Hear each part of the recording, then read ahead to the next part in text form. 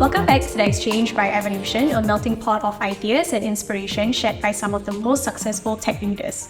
I'm Liyana and I help connect businesses with tech talent, and today I'm your host. In today's episode, we'll be discussing the exciting story of how an early-stage startup, 1B Stories, is shaping the future of content creation with generative AI. Joining me today is none other than Anuvrat Rao, CEO of 1B Stories, and Hariz Maloy, 1B Stories Head of Marketing. So before we get into the discussion, just a quick disclaimer that all thoughts and views spoken by any of the speakers or myself are only representative of each individual and not that of their company. So yeah, thanks for being here and welcome to the podcast, guys. Thank you, Liam. Thank you. Thanks for having us. Yeah, no problem. Let's start, I guess, with a round of introduction to get our listeners introduced to you guys. So maybe, Anu, would you like to start? Sure. Happy to. Yeah. Well, I'm actually a pretty simple guy. I grew up in Singapore and then went to the UK for about 10 years. Studied there, worked there, came back to Singapore and spent about 9 years at Google. Did lots of different things. In my time at Google, I was working on the YouTube team, then worked on the web team, launching things like PWAs and AMP and Firebase, worked on Assistant and Search, and then, eventually decided to go start my own company after many years of launching products for Google, decided to go build something of my own. Okay, nice, cool. Hariz? Yeah, so I'm the head of marketing at 1B, and I think that this is actually not very unfamiliar territory for me. So other than work, of course, we always like to talk about work, but my hobbies actually allow me to lend my voice to the stage. Whenever there's a mic, I'm always there. So, I try to, of course, I love content, first of all, because, I produce a lot of content for myself, and technology is something I think just makes content a lot easier. And then when I heard about 1B Stories and what we were doing, you're like, that sounds fantastic because it's exactly what I wanted to do, and I can do it simpler for more people. And I think that's the reason, why I joined. And so I'm heading the team, trying to make sure that more people know about us, that we get more leads and more clients for the business so that we can, of course, help more people out there. Thanks. So I think I'm sure our listeners are curious to know the story about how, 1B Stories came about. So Sure. If you'd like to share the journey, like what's it about, what's the product about, Yeah, absolutely. So 1B Stories, it stands for 1 billion stories. When I decided to start this company, the vision was to get to 1 billion stories in 5 years. We're now at about year 2, and it's a grand vision where we can enable the world to do storytelling through technology. We actually believe that, the way that you tell stories is actually the real art of content. And if technology can help you tell stories better, faster, simpler, easier, that's actually a very empowering thing to do. And so we're actually in this space of generative AI where we're using our tech in multiple different ways to tell people stories. Yeah, I think that's really interesting, and I think generative AI, let's speak a little bit more about that. It is a buzzword. That's a word that I think most people, even myself, is only familiar with, like, just at the start of the year. So why generative AI? Why choose to work with generative AI? And what's the benefits? Yeah, I mean, to be very honest, we were kind of doing generative AI even before this generative AI term came up. Our whole vision was, people want to consume content in mobile, vertical, short form formats, in video. But most content out there, when it comes to brands and publishers, doesn't exist in that format. It exists in long form text. It exists as static files or long videos or whatever, right? It's not in this kind of Instagram Reels, TikTok, YouTube Shorts type format. And so we felt if you could build an engine that can automatically convert this content that is not in the format that the current generation wants to consume in, but convert it to this format, vertical short videos, then that would be very interesting. And so we started on this journey about 2 years ago. We started building the product, and then generative AI really took off maybe 9 months ago when ChatGPT came. And so we very much just, in a sense, adopted the term generative AI because we were doing generative AI already. We were generating content in an automated kind of way. So, our very first product, for example, is one where we convert articles into videos. And so you think about a news publisher, right? And we've got many across the world. They have lots and lots of content in text format. They have it in editorial format. They don't have it in video format. And many of the audiences today have shifted towards video and are mostly found on places like TikTok and Instagram Reels and YouTube. if we could build an engine that you can just literally drop in a URL, press a button, and we'll automatically convert that into a TikTok video, that I thought would be very interesting. And that's really what we've built as our core focus.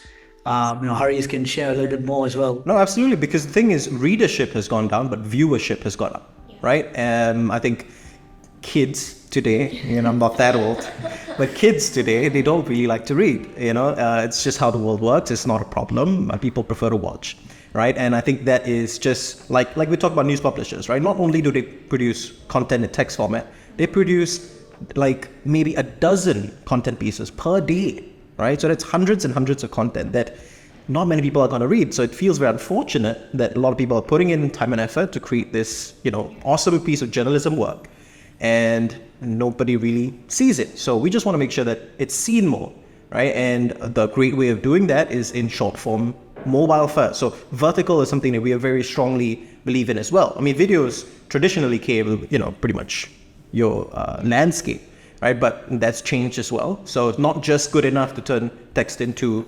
that kind of landscape 3, 5, 10-minute video. We need 60 seconds. We need perfect for your mobile screen. That's where people are gonna pay attention. And, that would then help some of the biggest news publishers gain audiences that they may not have been able to gain if they didn't have this technology. Again, because it's very easy to write text and publish that. It's not easy to make video, right? And you would think that it'll take at least a small team to do one video, maybe a few days, one video every 3 days, right? But AI can do hundreds of videos per day. It takes like a minute and a half right now to like come up with a video. All you need to do is put copy and paste the URL, you click generate. It takes, I timed it that day. It's a minute 22 seconds. That's what we can do. So yeah, could never have been done without AI. Yeah. Okay.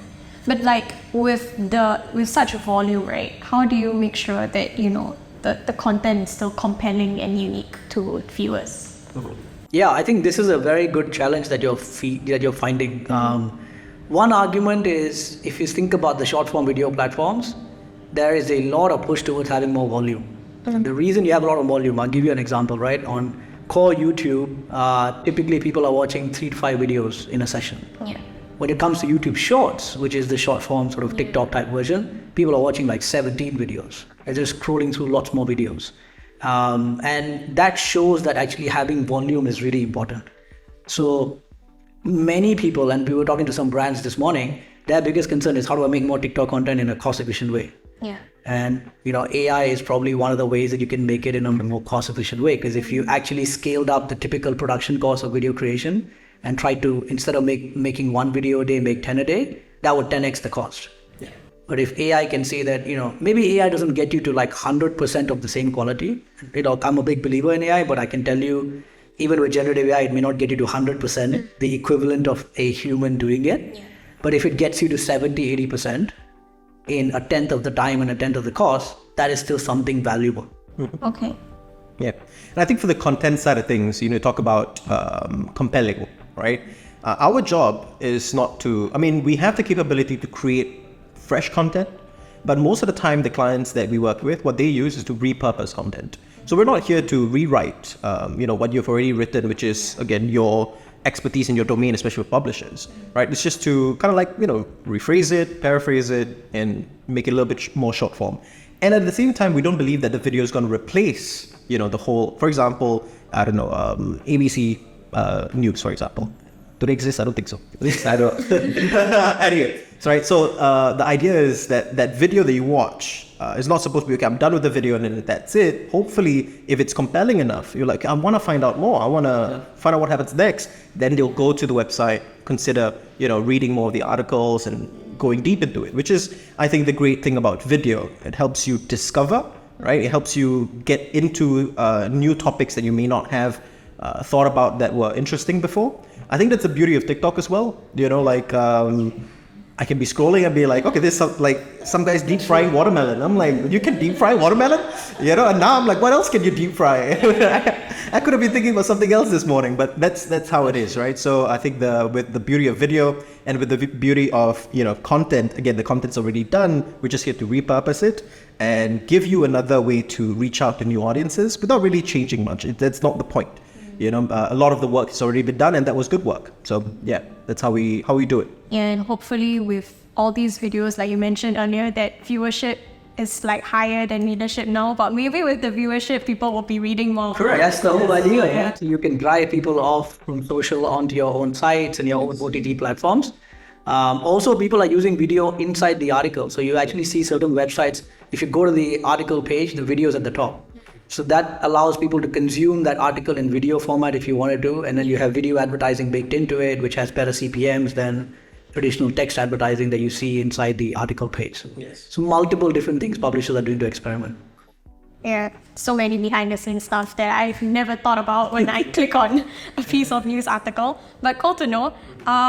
So I think the focus of One These Stories is really to revolutionize content creation, content generation with obviously using generative AI. So can you share, I guess, some examples of how your AI models have been used in different industries? Like you mentioned news, but perhaps like what other industries? And what are some of the potential like use cases, and how can they have an impact on such industries? Yeah, certainly. I think, the one that we talked about was obviously news, where you're converting articles into videos. We're also able to do prompt generation into videos. So you could literally type something and say, I want to know top 5 restaurants in Singapore. And you get a video for top 5 restaurants in Singapore. That's a new piece of content created, almost like ChatGPT, but the video version of that is what we're actually also empowering. So you could have a whole class of new creators who are creating content just through prompts. Right? I just put in a prompt and I create a video and I'm posting that content because the creativity now comes in imagining that prompt that you put into the system. I think this is where, again, generative AI gets exciting, where you can take imagination and make it reality much more easily. Whereas in the past, you might think, this is my classic example, which generative AI hasn't got there yet, but, Super Mario talking to Joe Biden on Mars, right? About the Super Bowl. And at some point, generative AI will be able to generate that. Yeah. Can't do that yet. It's pretty close actually already, right now. You're getting That's close, good. right? You're getting close. But at some point, you should be able to just generate that video. Yeah. And so it's all about the imagination. Yeah. And what can the user imagine, and having AI be the tool that enables that imagination to come to life. Yeah. We're doing other interesting things like avatars. In fact, we've even made avatars of ourselves as news anchors in videos where you can put us as narrators. Yeah. So it's just like we take a photo of ourselves, like a front-facing photo, and we turn that into an avatar that's like a news anchor type avatar. And so in these news videos, we have like a narrator, like how on TV you have like a news anchor, and the anchor is kind of narrating what's the content.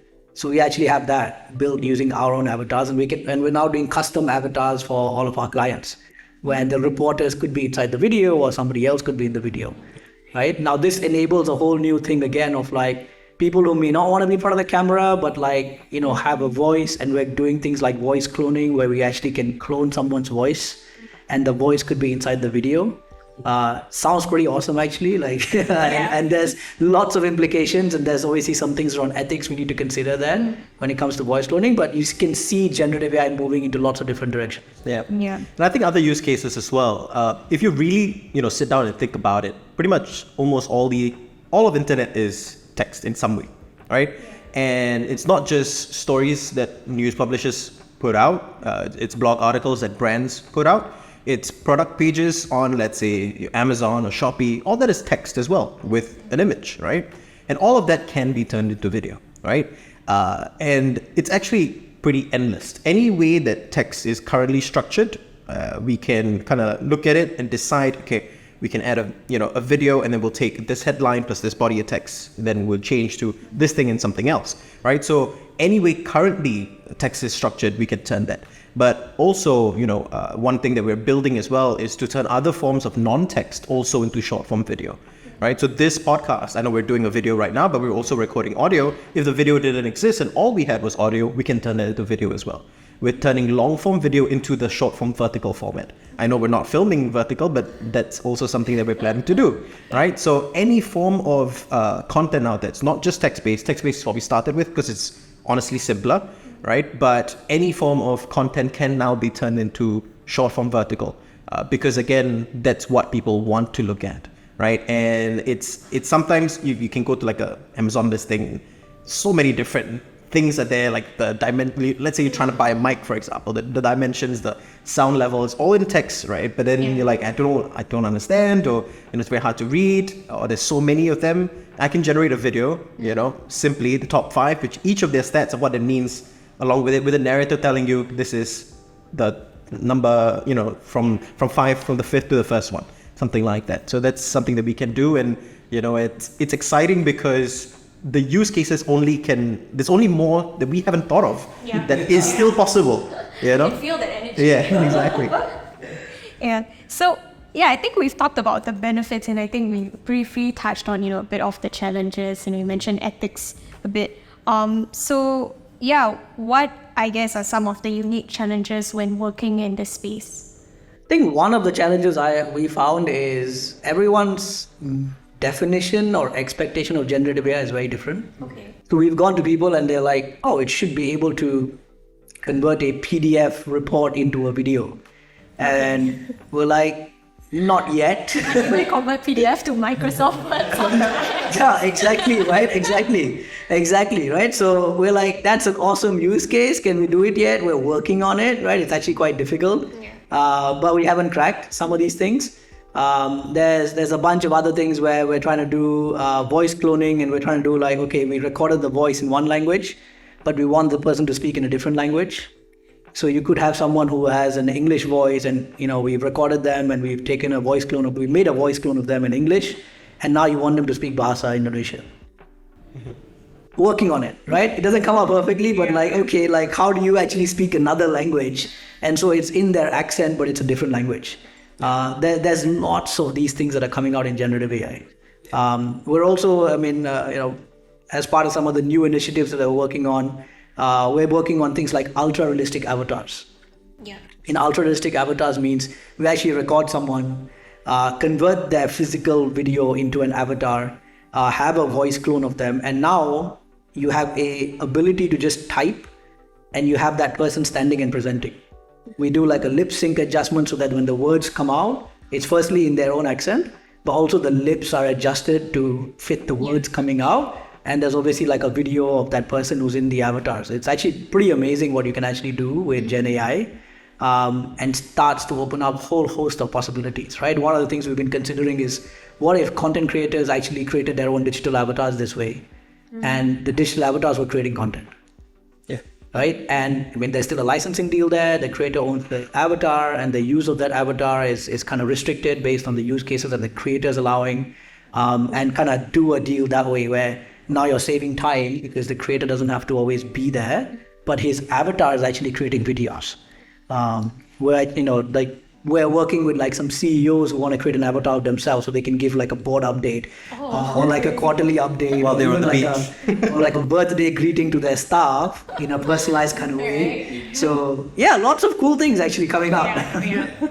I think for me, the challenge of AI is that I think when we were all introduced to it a few months ago, we all thought it was scary, but it's not perfect. And it's still very new. I think, we being a part of it, understand that it's still not a magic bullet. If you can imagine it, it probably can get there one day, but doesn't mean it can get there today, right? And everybody's working on it. It's not just us. There are, bigger boys out there, that have billions of data sets trying to figure it out as well.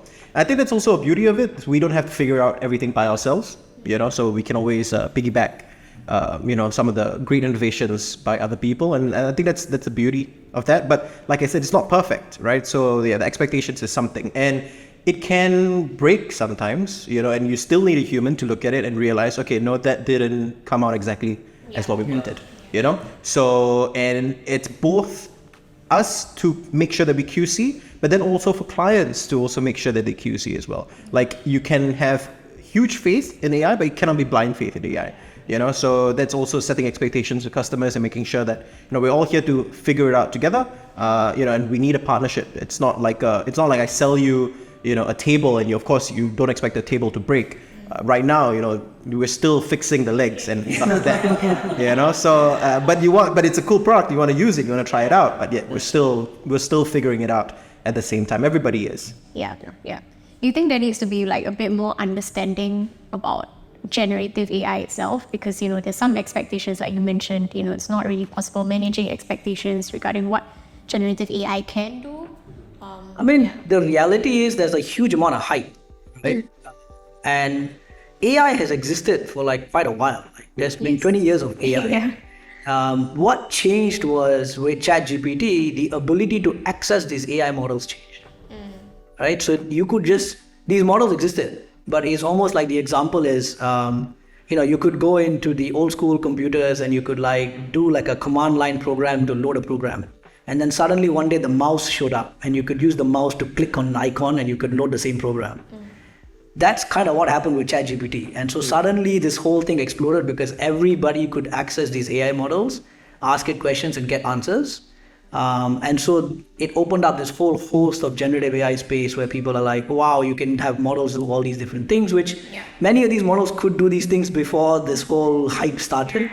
And so I think some of the hype is maybe overhyped, some of the hype is real.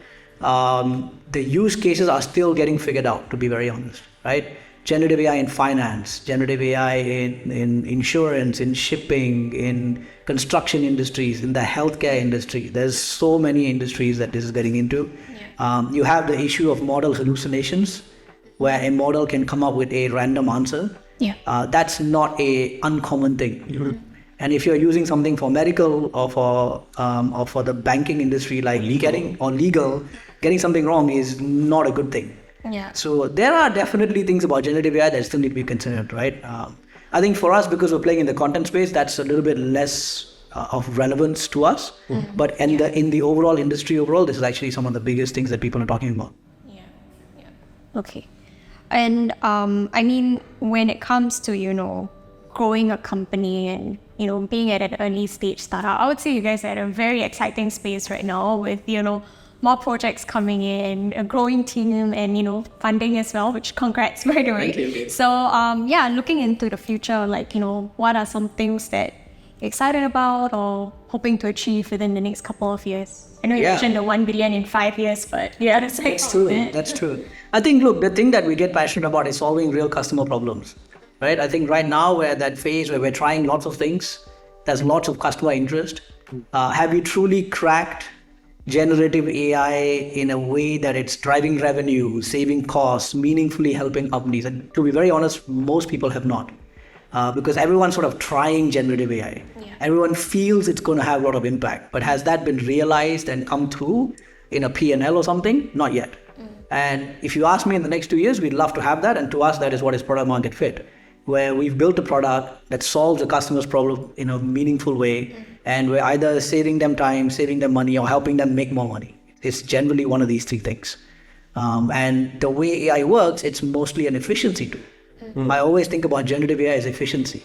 Saves time, saves effort, right? And so ultimately you can do things faster, you can do things more simply, you can do things more easily, which otherwise would have taken much more time and would have been harder to do. I think also the thing that we've learned a lot is like we can build a product that we think works, and we think this is how you're supposed to use it, right? And then we talk to clients. As an early stage startup, you realize that your clients see things very differently from you. That's right.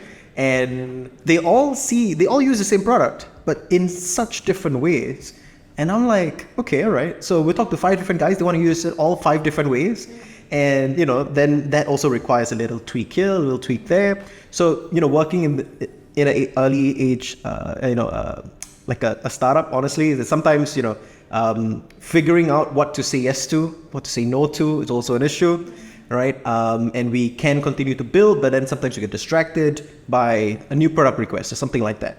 So that's part of the challenge of figuring it out. But we love it because when clients tell you, okay, I want to use it this way, then we know, okay, that's solving a problem. Because we can tell you, that, okay, you should use it this way, but I'm like, actually, I don't have an issue with that. But I can see it using, this other thing to solve. I'm like, actually, that's a good thing, right? And more of that is always good. So we're always trying to, look out for more clients and find clients that want to work with us as well, that are collaborative. I think that's very, very important for any early age startup.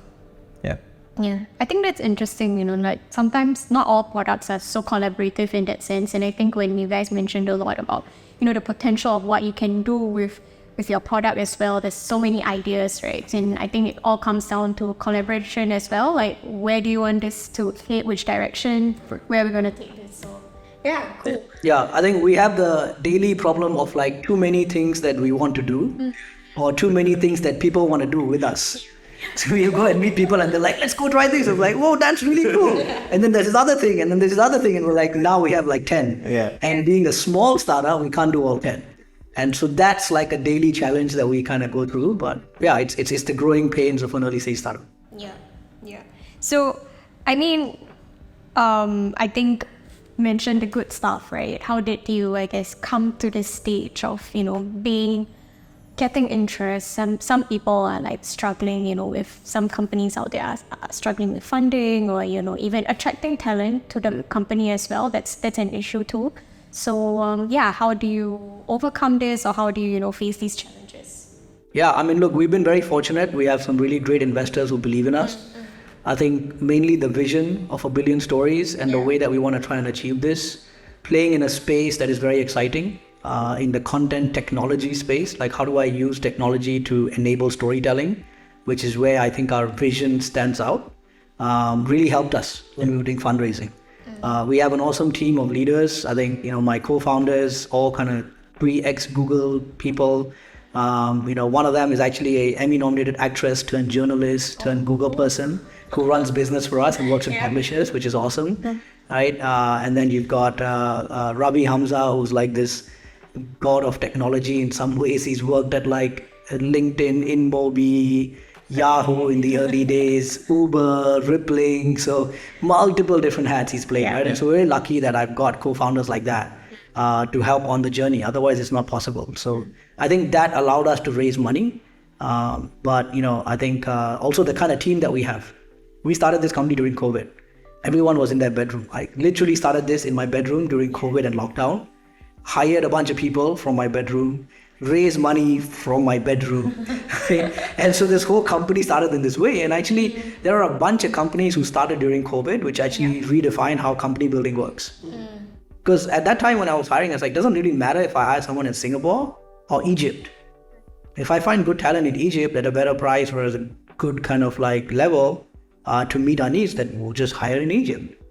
And so we actually have 25 staff across 9 different countries and maybe 12 different cities, which is pretty exciting. I think that diversity makes it really fun as a company. And, I think this is also why people like to come work for us. Yeah. I mean, I think that's the beauty of it, because, having really awesome people definitely helps. Honestly, the funny thing is, so I was a client of 1B Stories before I was an employee of 1B Stories. So in my previous company, I just my first month or second month in, I was introduced to Anu because he came to our office. And I'm like, this guy is really smart. And he talks a lot. It's really smart, right? So then I started working with the team. I started working with Stacy, who is also the chief business officer. And, I'm like, okay, he has really good people with him with, good head on their shoulders. Everybody's positive, everybody's driven. And I'm like, these guys are legit in more ways than one, right? So they're legit because they're good at what they do, but they're legit because they really want to help. I'm like, okay, this is a great team, and they all want to help each other as well. So I saw that, and I'm like, that's very, very important for any team, because it's so easy for any startup to fail just because you don't hire the right people, right? Or one guy screws you over massively, and everything can crumble literally overnight. We've seen that many times. So having a good team is definitely very, very important. And coming from somebody who used to be a client, I'm like, when I heard that there was an opportunity, I was like, hell yes. So yeah, I kind of came on board, and so that's pretty cool. I'm glad to be part of the team inside and seeing that it doesn't change. Sometimes companies can be very, very nice to their customers, but then, when they're working with each other, not very nice. But it has been brilliant both ways, both as a client, as an employee. So I think it's great to have good people with you, and that's the only way you can succeed. That's a lot of praise so I know. so far, but I think for those that are maybe tuning in and like maybe interested, to join or to check one of the stories out, like what's the ideal candidate, I guess, for you guys, like to join your team? I mean, you mentioned anyone that's good, but good can mean a lot of things. That's true. That's right. I think first and foremost, right, you've got to have synergy with our vision of getting to 1 billion stories, of storytelling, of using technology to enable people to tell better stories in these interesting, interactive kind of ways. I think if that appeals to you and you're passionate about that, then you're already going to be in the right kind of mode. This is before we even get to technical qualifications. The other thing is we are an international team across multiple different countries and multiple different time zones. And we work in a very remote/hybrid kind of way. We've got a small little office in Singapore, but otherwise everyone's always working from home. And, it allows people to interact with people from various different time zones. Yesterday I was on a call with someone from Egypt, India, Singapore, and Malaysia. And that's like our team working on a project. Just the reality of how it is. So I think you need to be comfortable with all of these things and enjoy that diversity and that dynamic. And then of course, role qualifications, all that comes in. Yeah. I think for me, I'm not the boss. I don't make hiring decisions at the moment. The marketing team is still solo guy. But I think that, working with people from everywhere matters. So you have to be, sensitive to cultural differences. I think that sometimes, especially coming from Singapore, we work at an extremely fast pace. There are people in different countries that may not, right? But that's okay. And I think figuring out how to work well with each other is very, very important. So it's being very mindful of that. So as long as you are a people person, that you're like, okay, I know I'm working with people that have never seen me. I've never shook their hand, but I still want to do well for this person because I know and I trust that this person will do well for me for the better of everybody. Then that's somebody I want to work with, right? So you can't be too egoistic. You can't be too silo.